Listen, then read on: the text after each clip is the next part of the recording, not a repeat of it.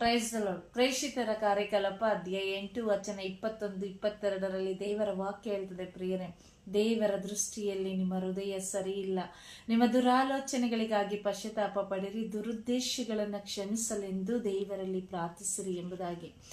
ಆಗ ಅವರು ನಿಮ್ಮನ್ನು ಕ್ಷಮಿಸಬಹುದು ಎಂಬುದಾಗಿ. ಹೌದು ಪ್ರಿಯರೇ, ನಮ್ಮಲ್ಲಿ ದೇವರಿಗೆ ವಿರುದ್ಧವಾದಂಥ ಯಾವುದಾದ್ರೂ ಕಾರ್ಯಗಳನ್ನು ನಮ್ಮ ಹೃದಯದಲ್ಲಿ ಇಟ್ಟುಕೊಂಡಿದ್ದರೆ, ಯಾವುದೇ ದುರಾಲೋಚನೆ ಆಗಿರ್ಬೋದು, ದುರುದ್ದೇಶಗಳಾಗಿರ್ಬೋದು, ಪರರ ವಿರುದ್ಧವಾಗಿ ನಾವು ಕೆಟ್ಟ ಮನಸ್ಥಿತಿಯನ್ನು ಹೊಂದಿದವರಾಗಿರ್ಬೋದು, ಅವರಿಗೆ ಕೆಟ್ಟದನ್ನು ಮಾಡಬೇಕು ಎಂಬುದಾಗಿ ಯೋಚನೆ ಮಾಡಿದವರಾಗಿರ್ಬೋದು, ಅಥವಾ ಅವರಿಂದ ಇರುವುದನ್ನು ಕಸಿದುಕೊಳ್ಳಲಿಕ್ಕೆ ನಾವು ಪ್ರಯತ್ನದಲ್ಲಿ ಇರ್ಬೋದು.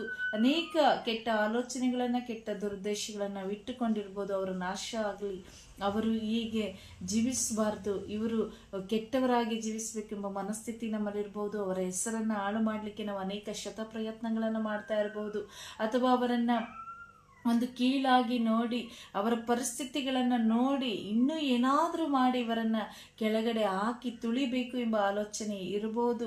ಹೀಗೆ ನಾನಾ ರೀತಿಯಲ್ಲಿ ನಾವು ದೇವರ ಮಕ್ಕಳಿಗೆ ವಿರುದ್ಧವಾಗಿ, ಸಾಮಾನ್ಯ ಜನರಿಗೆ ವಿರುದ್ಧವಾಗಿ, ನಮ್ಮ ಕುಟುಂಬ ವಿರುದ್ಧವಾಗಿ ಏನಾದರೂ ಅಂತ ಕೆಟ್ಟ ಆಲೋಚನೆಗಳು, ದುರಾಲೋಚನೆಗಳು ಇಟ್ಟುಕೊಂಡಿದ್ದರೆ ಈ ಸಮಯದಲ್ಲಿ ದೇವರಲ್ಲಿ ಪಶ್ಚಾತ್ತಾಪ ಪಡೋಣ. ದೇವರು ಕ್ಷಮಿಸುವಂತೆ ನಾವು ಅವರಲ್ಲಿ ಪ್ರಾರ್ಥಿಸೋಣ. ದೇವರು ನಮ್ಮನ್ನು ಕ್ಷಮಿಸ್ತಾರೆ, ನಮ್ಮನ್ನು ಖಂಡಿತವಾಗಿ ಪ್ರೀತಿಸ್ತಾರೆ. ಅಂತೆಲ್ಲ ಕಾರ್ಯಗಳಿಂದ ನಾವು ದೂರವಿರೋಣ.